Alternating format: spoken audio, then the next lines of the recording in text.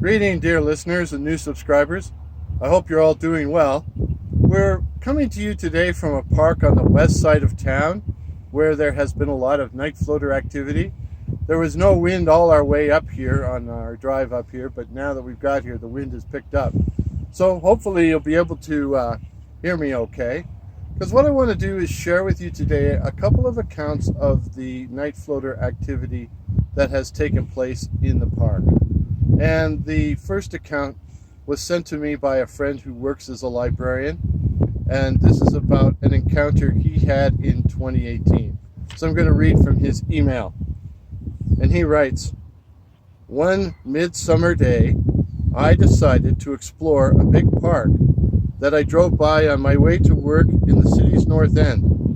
At first, I walked the trails on the east side, then shifted to the western, wilder end, where a footbridge leads to a lush, overgrown island surrounded by the sluggish waters of the Pile of Bones Creek.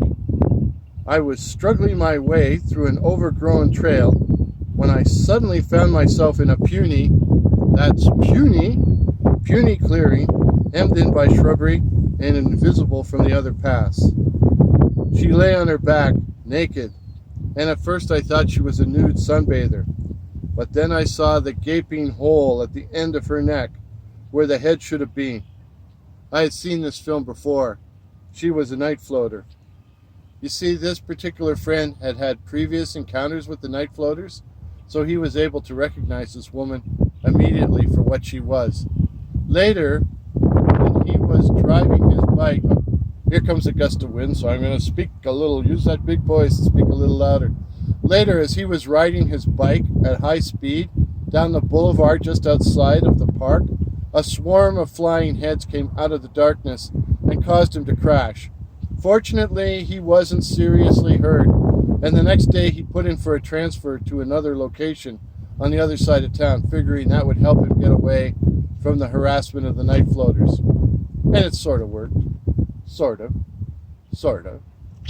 My next email comes from a listener who identified himself only as Dave. And this isn't about an encounter here in the park in May of last year, so May of 2019, almost a year ago. My girlfriend and I were in the park on the west side. We were walking across the footbridge when my girlfriend drew my attention to some round white objects which she could see flitting through the shrubbery on the island. And I was astounded to see, on taking a closer look, that they were actually human heads. We stopped on the bridge and watched 4 heads, 2 men, 1 old, 1 young, and 2 women, all of them butt ugly. I can seem to hear those flying heads in the background. Imagine our horror when we realized they were actually eating bugs and mosquitoes like they were bats. We stayed quiet, and after a few minutes, they flew or floated off into the darkness. Now, insect-eating flying heads are also recorded in the writings of Lafcadio Hearn, the man that collected all the folk tales of goblins and ghosts in old Japan. So I found that very, very, very interesting. Now, my girlfriend wanted to leave right then, but I wanted to see if I could find out anything more about these heads, which I assumed were those night floaters you hear about on the net. We went over the bridge and into the shrubbery on the little island, and in the distance, we could hear this strange and ominous moaning, like a pack of vengeful ghosts. Between the wind in my throat. Relax, it's not COVID. But that moaning sound at a distance is a real sign of the night floaters.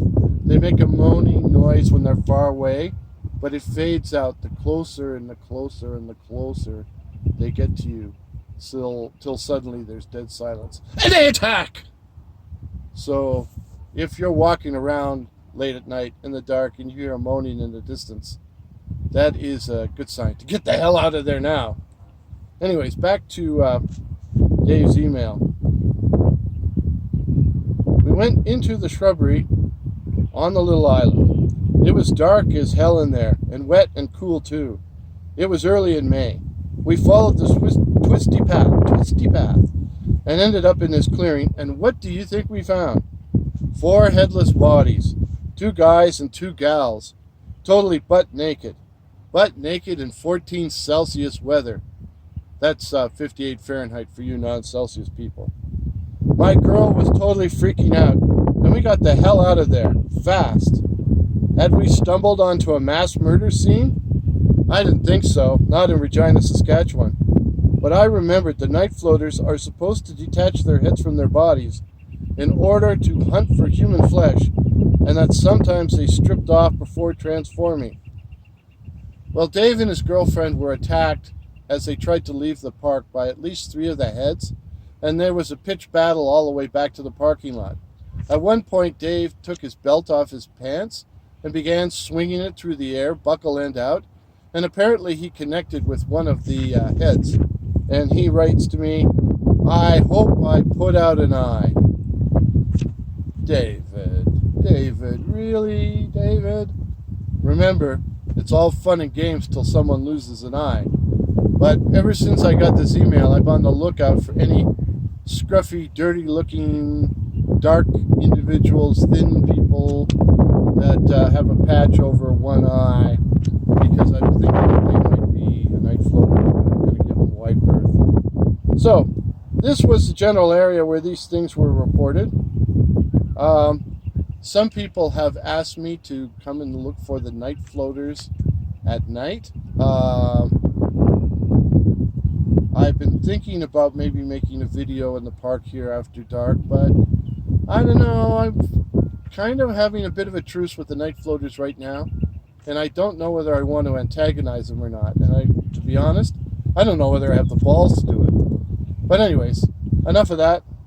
Time for, and you got a warning in the description here, time for the crass infomercial. April 30th is Walpurgist Nacht. That's Walpurgist Night. Celebrated in many European countries as the end of winter, the arrival of spring. They build bonfires to drive away the winter, but to also drive away witches and evil spirits. So it's kind of, in some ways, a spring version of Halloween. And I've always kind of thought of Halloween and Walpurgis as bookends. October 30th, Halloween. Winter starts in Regina. April 30th, Walpurgist Night. Winter ends sometimes in Regina. So it's kind of a spring version of Halloween. Now, Bram Stoker, and I see in my notes Bram Stoker's initials are actually BS. I don't mean anything by saying that. I just thought, it's just observation. What he wrote about Walpurgist Night was, it was a night when all the evil spirits have sway. So I've always wanted to spread the Walpurgist Nacht tradition here in North America. And for many years I used to build a bonfire in my backyard, and I'd drink a whole bottle of Jack Daniels, and I would go leaping over the bonfire. Leaping. You can imagine somebody my size cavorting and leaping over the bonfire. But after singeing my balls, singeing my butt, having to get my double knees replaced, my bonfire days are over. And I suggest if you're going to celebrate Walpurgis Night, you do this in a more sedate manner. You don't want to have to drop and roll. And you certainly don't want to drink a whole bottle of Jack Daniels. The next day you certainly will not think that was a good idea. So why am I telling you all this crap? I mean, all this important information about Walpurgis Night? Well, I made 2 videos about Walpurgis Night. And it's an ongoing story. There was chapter 1 and chapter 2, and I made these 2 videos, and nobody watched, so I stopped doing them. So here's the deal. If I can get 100 views for each video, plus 20 likes, I'll make more chapters of the story. Now, if you like the videos when you watch them, give them a thumbs up. If you're neutral, just stay neutral. If you really didn't like the story, think it sucks, give me a thumbs down. I won't take offense by it. I want to know people's really honest opinions, because if people don't like the materials, I won't waste any of my time or your time by making more of them. So that's it for today. I'd like you all to be sure to stay safe, stay subscribed. If you're new to the channel, you might want to consider subscribing if this is your first visit here. I'm not able to get into my studio yet. No sign of when that's going to be able to happen. For those of you who are new, I might make my usual videos in a studio in a public facility, which is under lockdown, and I can't get in right now. So, might be a while yet, so you're stuck with these quick and dirty outdoor videos for the time being. So, but I have 124 other videos on my channel, so please check out some of the earlier materials, particularly the playlist, The Night Floaters Explained.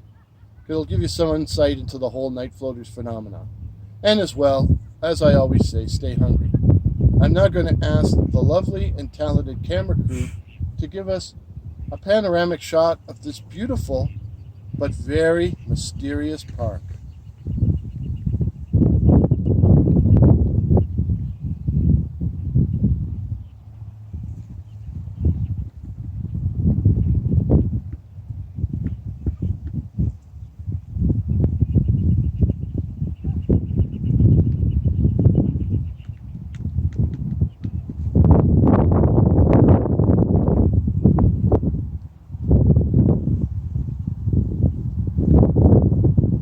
Stay hungry.